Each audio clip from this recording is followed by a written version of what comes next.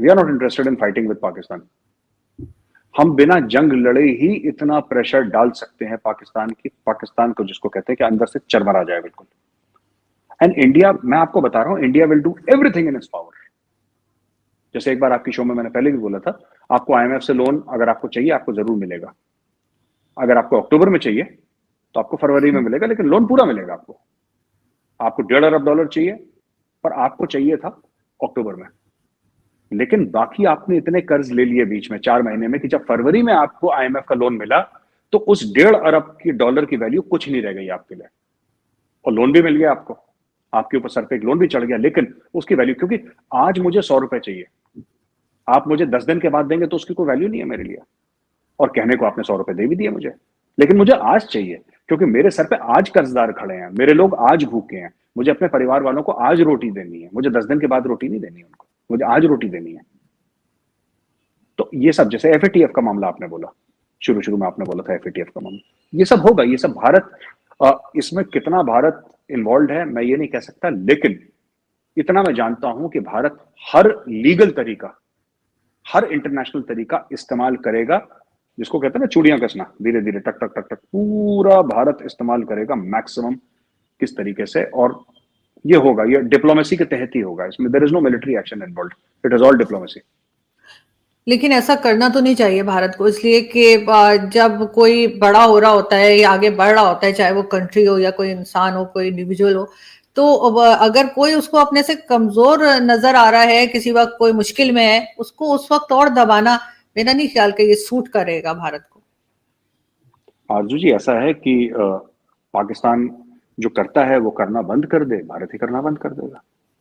It's a simple trade off. देखिए, कौन बड़ा, अगर हम बड़े हैं, अगर आज हमारे पास थोड़े बहुत पैसे हैं तो अमेरिका ने थोड़ा ना दिए, तो हमने खुद कमाए। तो कोई अमेरिका हमारे ऊपर एहसान तो नहीं जता सकता कि हमारी वजह से तुमने ये करना, नहीं है, आपकी वजह से नहीं करा, हम खुद इस लायक बने, इसलिए आज हम यहाँ पे खड़े हुए हैं।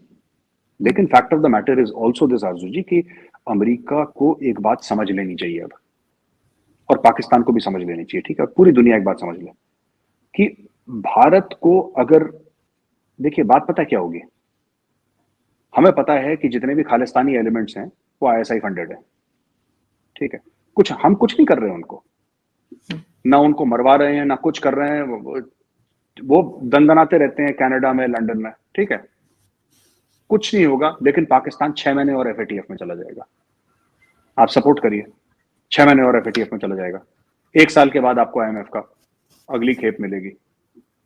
ये सब जितने भी इंटरनेशनल चीजें हैं, इसका इस्तेमाल करके भारत इतना कर देगा कि एक दिन पाकिस्तानी बोलेंगे कि भाई सुनो, कश्मीर गया भाड़ में, खालिस्तान गया भाड़ में, अब पाकिस्तान को बचा लो।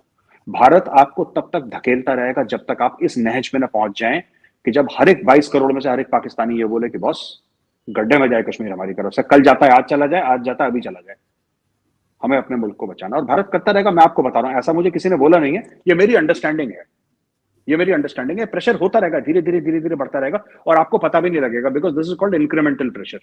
हल्का हल्का एक एक करके चूड़ियां कसनी, एक एक करके, धीरे धीरे ये होता रहेगा अर्जुन जी। आप जो चल रहा है ना पाकिस्तान में अभी पूरा मामला, आप देखिएगा और आप उसको डॉट्स कनेक्ट करके देखिए, आपको पता लगेगा आप लोग क्यों एफएटीएफ में हैं। इतनी शर्तों में से इतनी पूरी हो गई, सिर्फ एक बाकी है, हम लोग क्यों हैं। आईएमएफ का लोन मिलना था, अप्रूव हो गया, लेकिन बोला कि 2 महीने के बाद अब हम आएंगे वहां पे पाकिस्तान में चेक करेंगे, फिर क्यों हो गया। एफएटीएफ का बार बार डिले क्यों। ये 8-10 चीजें जो पाकिस्तान में चल रही हैं, जिसकी वजह से आप लोग कहते हैं कि आप नाजुक दौर से गुजर रहे हैं। वो तो हम हमेशा ही गुजरते हैं, वो तो मैं बचपन से सुन रही हूँ। लेकिन बचपन से आप सुन रही हैं, लेकिन इतना कभी आपने नहीं सुना होगा कि आज की तारीख में पॉलिटिकल अनसर्टेनिटी, और इंडिया को कुछ नहीं करना, इंडिया को सिर्फ चुप रहना है। इंडिया को आप देखिएगा, वहां पे शहबाज शरीफ पाकिस्तान के प्राइम मिनिस्टर हैं, यूनाइटेड नेशन जनरल असेंबली में बात करते हैं 370-35 से कश्मीरियों का ये फलाना ढिमका, पूरा उन्होंने बात करी। शहबाज शरीफ का जवाब कौन देता है?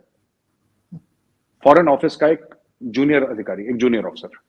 बिल्कुल कायदे से प्राइम मिनिस्टर का जवाब प्राइम मिनिस्टर को देना चाहिए, प्रोटोकॉल के तहत। यहां पे फॉरेन मिनिस्टर भी नहीं, यहां पे फॉरेन सेक्रेटरी भी नहीं, यहां पे 10-12 साल की नौकरी वाला कोई ऑफिसर, वो पाकिस्तान के प्राइम मिनिस्टर को वहां पे जवाब दे रहा है, स्टेट ऑफ पाकिस्तान को जवाब दे रहा है। कहानी खत्म। लास्ट में मैं ये पूछना चाहूंगी आपसे गौरव जी के जैसे कि अभी आपने रिसेंटली देखा होगा इसहाक डार साहब अमेरिका पहुंचे हैं आईएमएफ से बात करने, और वो एयरपोर्ट पे जो एक हमने देखा बदतमीजी पीटीआई वर्कर्स की तरफ से, क्या इंप्रेशन जा रहा है पाकिस्तान का अगर इस तरह से कोई भी जाता है? ठीक है जो कह लें, लेकिन वो फाइनेंस मिनिस्टर तो हैं इस वक्त।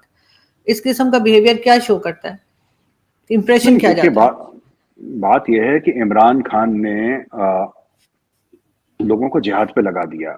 अब जो बंदा कर रहा है ना, जो उसको चोर चोर कह रहा था, तो मैंने वो वीडियो देखा, जो चोर चोर कह रहा है इसाक दर को, तो वो भी सोच रहा है कि मैं पाकिस्तान का भला कर रहा हूँ। वो मैं पाकिस्तान का बुरा कर रहा हूँ ऐसा नहीं सोच रहा, वो कह रहा है मैं भला ही कर रहा हूँ पाकिस्तान का, मैं तो सच्चा पाकिस्तानी हूँ, मैं नए पाकिस्तान का सिटीजन हूँ, इमरान खान वाला नया पाकिस्तान में उसका सिटीजन हूँ। तो वो सब कर रहे हैं और ये करते रहेंगे, ये हर जगह जाना, अस्पतालों में घुसना।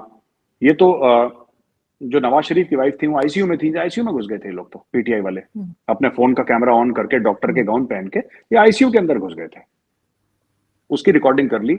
वो बेचारी बुजुर्ग महिला, बुजुर्ग औरत अस्पताल में जिंदगी और मौत के बीच में, आई थिंक कैंसर था उनको, कुलसूम नवाज जी को कैंसर था। इनको तब रहम नहीं आया कि वो 65-70 साल की महिला हैं, ओल्ड हैं, उनको कैंसर है, जिंदगी और मौत की लड़ाई लड़ रही हैं, उनकी शायद कीमोथेरेपी चल रही थी, आईसीयू में पड़ी थी, आईसीयू में जाके इन्होंने रिकॉर्डिंग कर दी अंदर घुस के दरवाजे पे।